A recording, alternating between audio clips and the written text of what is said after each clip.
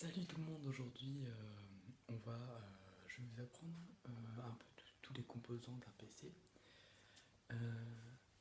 Du coup ce qui va se passer c'est que en fait j'ai pris un ancien PC qui est juste là et on va le démonter ensemble et je vais vous dire en même temps tout ce qu'il faut savoir sur un tour qu'on peut monter et démonter. Parce qu'il y a des tours qu'on ne peut pas démonter, par exemple les 3 Alienware, l'Area 51 que je vous présenterai dans une autre vidéo. Du boîtier, et là par contre c'est un PC qu'on peut très difficilement démonter, ce qui fait c'est assez technique. Bon, le PC est sous cette forme, hein. Donc c'est un PC de bureau des plus classiques, j'ai envie de dire. Et du coup pour l'ouvrir nous aurons besoin de ça, et c'est tout. Voilà. Bon, alors c'est un NEC, hein, comme vous pouvez le voir ici. Personnellement, si je devais vous conseiller un ordi, je vous conseillerais tout, sauf ça, bien sûr. Alors, pour les étiquettes, ce qu'on peut voir généralement sur un ordi, cette étiquette veut dire que cet ordi contient un processeur AMD. Un processeur AMD, c'est en fait, les processeurs sont produits par deux grandes marques. Il y a AMD et Intel. En matière de qualité, je vous conseillerais Intel, mais au niveau du prix, je vous conseillerais AMD. Bon, on va passer au démontage et je vous vois quand je fais cette partie. Voilà, j'ai enlevé la face qui est juste là. Et donc là, vous pouvez voir que c'est quand même un sacré foutoir. Mais vous inquiétez pas, c'est hyper simple. Bon, là, normalement, il manque des trucs, mais je les ai enlevés, c'est pas très important. Là, normalement, il y a juste le disque dur qui est généralement présent sous une seule forme. Hein. Il y a une seule forme de disque dur, vous inquiétez pas, au niveau du format, c'est pratiquement les mêmes. Ici, on a la carte mère qui est juste là. Là, c'est l'alimentation. Là, on va avoir tout ce qui est les lecteurs DVD. Donc, c'est un lecteur DVD, ça, c'est un lecteur disquette. Puisque le PC est vieux, il a encore un lecteur disquette. Alors, sur la face entre guillemets arrière de l'ordi, on peut voir en fait deux emplacements cartes. Cette carte, je ne sais pas à quoi elle sert, je pense que c'est une carte graphique. Par contre, cette carte, je sais, vu l'antenne, je pense que vous aurez douté que ça, c'est une carte internet. On appelle ça une carte Wi-Fi parce qu'une carte internet, elle aura. Si j'arrive à le trouver. Non, il n'y en a pas dessus, mais on aura, comme vous pouvez souvent voir sur vos ordi portables, c'est une prise Ethernet. Et on se revoit sur l'alimentation qui est donc ici. Sur les types d'alimentation, tout va dépendre en fait directement du boîtier. Donc le boîtier qui est juste là. Hein. Sur les types d'alimentation, c'est très souvent du ATX. Mais il existe d'autres formats qui sont nettement moins courants. Sur tous les câbles qui sont là, on va avoir trois types d'alimentation. On va avoir les non modulaires, comme celle-ci. Les semi-modulaires, on va pouvoir enlever une partie des câbles pour que ce soit en fait plus facile sur le câble management, en fait pour qu'on n'ait pas des câbles partout. Par exemple, on va pouvoir enlever par exemple ce câble là, ou non, pas ce câble, ou ce câble là, par exemple, pour laisser juste en fait le câble pour la carte graphique, la carte mère. C'est facile de s'en souvenir, c'est le plus gros. La carte graphique, c'est assez s'en souvenir parce qu'en fait, il a plusieurs pins en 4. Alors maintenant, très souvent, c'est soit du 6, soit du 8, mais en fait, on peut en enlever deux. En fait, il y en a deux qui sont décrochables. Ce genre de prise là, j'en ai deux ici, plus une troisième qui est ici.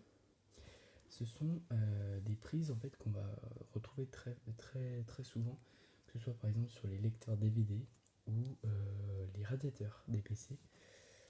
Donc je pense avoir fait le tour. Ah oui, j'ai oublié. Ça, ça sert à une chose, c'est qu'en fait, ça va servir en fait à brancher le câble de l'alimentation. Voilà. Là, il y a ce qui reste de ça.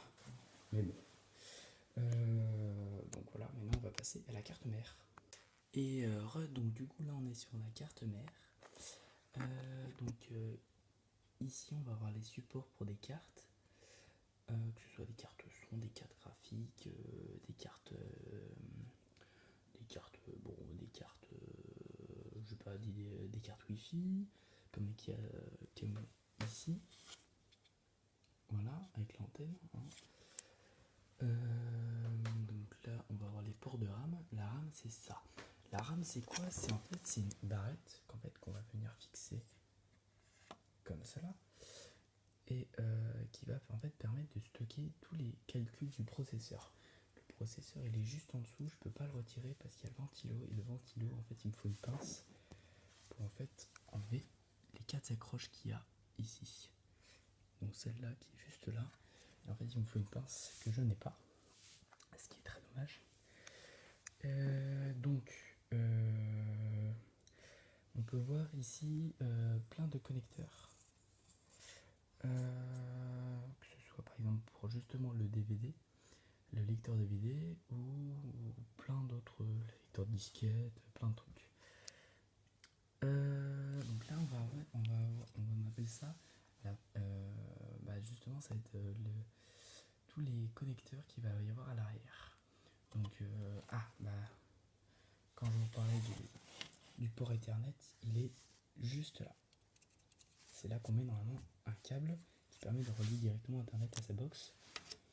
Donc ici, on va voir tous les ports. Donc ça, c'est casque, ça, c'est micro, ou alors c'est l'inverse. Je vois pas. Je n'arrive pas à voir. Là, on va avoir des ports vidéo. 3 ici. Là, on va avoir port, par exemple, pour souris et câbles. C'est des vieux ports. J'ai d'ailleurs le casque qui est juste là-bas, le clavier qui est juste là-bas. Vous avez pu voir tout à l'heure. On a ici des prises USB. Et je crois que c'est tout. Il faut savoir que ça, c'est une micro ATX, c'est une carte mère de format micro ATX. Ce qui, par exemple, à ma main, n'est pas très très grand. Une carte mère entre guillemets normale, qu'on appellerait normale, c'est une carte mère qu'on appelle ATX, qui est bien plus grosse. Qui fait rien qu'en longueur, elle fait 30 cm, donc au moins ça de plus, à peu près. Ce qui est tout à fait énorme. Mais au niveau des connecteurs d'alimentation, le connecteur d'alimentation va venir se fixer ici. Et pour l'instant, je crois que c'est tout. Ah oui, pour tout ce qui est les connecteurs des ventilateurs, par exemple pour le ventilateur CPU, il est juste ici. Ah, si je vais le retirer, voilà. C'est un 4 pins femelle que vous aurez très souvent et qui se connecte. En fait, c'est marqué normalement ici, c'est marqué CPU fan 1 par exemple, et des fois vous avez sur les cartes mères dernière génération, vous avez un CPU fan 2. Ici partout vous aurez en fait des supports ventilateurs un peu comme celui-là, des ventilateurs en fait qu'il y a normalement dans le boîtier que vous allez relier normalement à la carte mère si vous ne pouvez pas directement la relier à votre alimentation. Qu'est-ce que je voulais vous dire? Alors au niveau du stockage, on va avoir 2 prises ici. On appelle ça des prises SATA.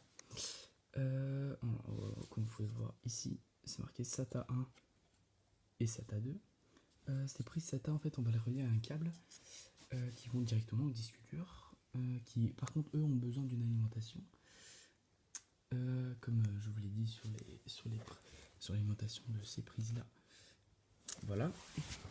On va avoir une multitude de radiateurs, hein, ici et comme juste ici. Donc voilà. La carte mère, il en existe du coup plusieurs formats, parce que le micro ATX et l'ATX sont les plus connus, sont clairement les plus répandus. je pense que ça va être tout sur la carte mère. Maintenant, on va passer aux barrettes de RAM. Les barrettes de RAM, vous pouvez en avoir plusieurs en matière de stockage. Là, par exemple, je pense que euh, c'est des 256 mégabits. Ce qui est juste vraiment pas énorme, hein, parce que sachant que maintenant, dans le commerce, on peut trouver en grand minimum, on peut trouver pour 2 gigabits. Ce qui est juste énorme. Enfin, pour l'époque où sont sorties ces barrettes de RAM, qui on se demande si elles sont très catholiques. Parce que bon, vu la tête du bordel, ça n'a pas l'air hyper bien. Donc du coup, on peut voir ici tous les ports RAM, les deux, il y en a deux. Généralement sur les cartes ATX et les micro ATX, il y en a souvent 4. Ce que je vous conseille, si vous montez votre PC, c'est de prendre en fait vos cartes et en fait de les mettre, par exemple pour les 4, on met un espace entre les deux. Ce qui permet, alors il faut surtout pas croire que la RAM chauffe, enfin si elle chauffe, mais très peu. Ce qui fait que du coup, en fait, vous pouvez les rapprocher, mais c'est mieux de les espacer. Parce que de ce que je sais, en fait, les RAM, en fait, normalement, il y a deux couleurs.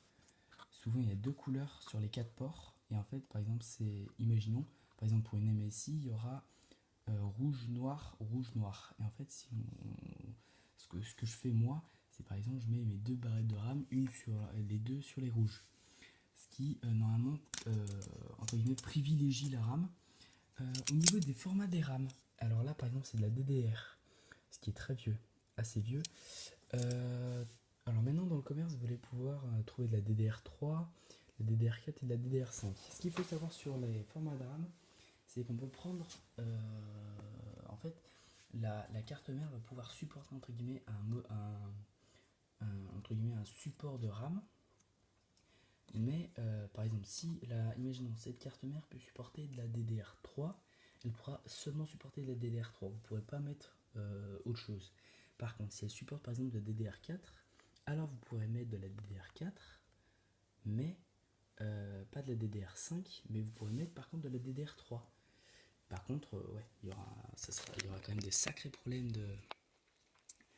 Enfin, il n'y aura pas des sacrés problèmes, mais bon, ce sera plus lent quoi. Mais non, mais vous pouvez parfaitement en mettre. Par exemple, si vous changez de carte mère, vous voulez garder la RAM, c'est une option tout à fait envisageable. Par contre, il faut bien vérifier par rapport aux caractéristiques techniques pour votre carte mère. Il faut savoir aussi que la carte mère, en parlant de la RAM, en fait, elle peut supporter une taille maximale par slot, entre guillemets, de RAM.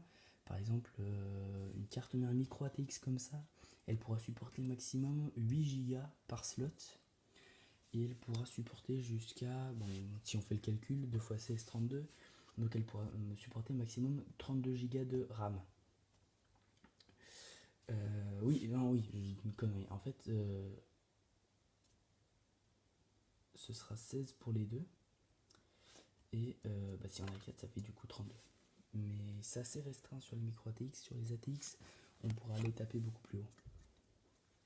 Au niveau maintenant des cartes, donc les cartes, c'est ce qui va principalement se mettre sur ces 3 ports. Normalement, sur les cartes d'aujourd'hui, il y en a beaucoup plus, voire à peu près 5 sur les ATX. Là, par contre, c'est micro ATX, je vous l'ai déjà dit, mais bon, il vaut mieux le répéter. Donc, alors, sur les cartes, j'en ai 2 là. Donc ça, par contre, je sais pas ce que c'est. Si quelqu'un peut me le dire, je ne sais absolument pas ce que c'est. Par contre, ça, vu l'antenne, je crois fortement que c'est une carte Wi-Fi avec du coup l'antenne. Mais on peut avoir bien d'autres cartes, par exemple des cartes son, des cartes graphiques. Les cartes graphiques pour un PC gamer, c'est totalement obligatoire. Vous ne pourrez jamais faire tourner un bon jeu sur le chipset graphique de votre processeur. C'est la partie entre guillemets graphique qui va faire tout le boulot. Mais il faut en fait pour relier votre écran à la partie graphique, il va falloir le relier sur ces prises vidéo là. C'est directement inclus sur la carte mère. Ce qu'il ne faut jamais faire si vous voulez faire tourner un jeu. oui, il y a des cartes son, des cartes graphiques, des cartes Wi-Fi, des cartes dont on ne connaît pas l'utilité, hein. On a un bel exemple ici. Mais il y a aussi des cartes pour relier par exemple votre téléphone, votre télé à votre ordi ou carrément à votre console, ce qui peut être très très bien. Au niveau du boîtier, il faut vérifier le format de la carte mère qui soit bien le même avec le format du boîtier. Il faut aussi vérifier en fait la taille de votre ventilateur qui est à peu près ici pour qu'il soit bien. En fait, on a une taille limite dans la caractéristique des boîtiers et c'est de cette taille entre guillemets. C'est la taille du ventilateur CPU et en fait il faut qu'elle soit bien inférieure à la taille dans le boîtier parce que sinon on pourra pas refermer, on pourra pas remettre cette cloison là. Au niveau... Et il faut aussi vérifier parce qu'il y a aussi une taille limite pour les cartes graphiques. Parce que normalement là, par exemple sur ce PC, la carte graphique elle va s'arrêter à peu près ici. Ce qui est... on peut facilement voir sur 20 cm. Et voilà, j'ai fini pour aujourd'hui. La prochaine vidéo, ce sera une présentation de pièces. Et ça sera malheureusement tout pour aujourd'hui. Bon allez, ciao. Surtout n'oublie pas de t'abonner, de laisser un like et de laisser un commentaire, ça me fera hyper plaisir. Bon allez.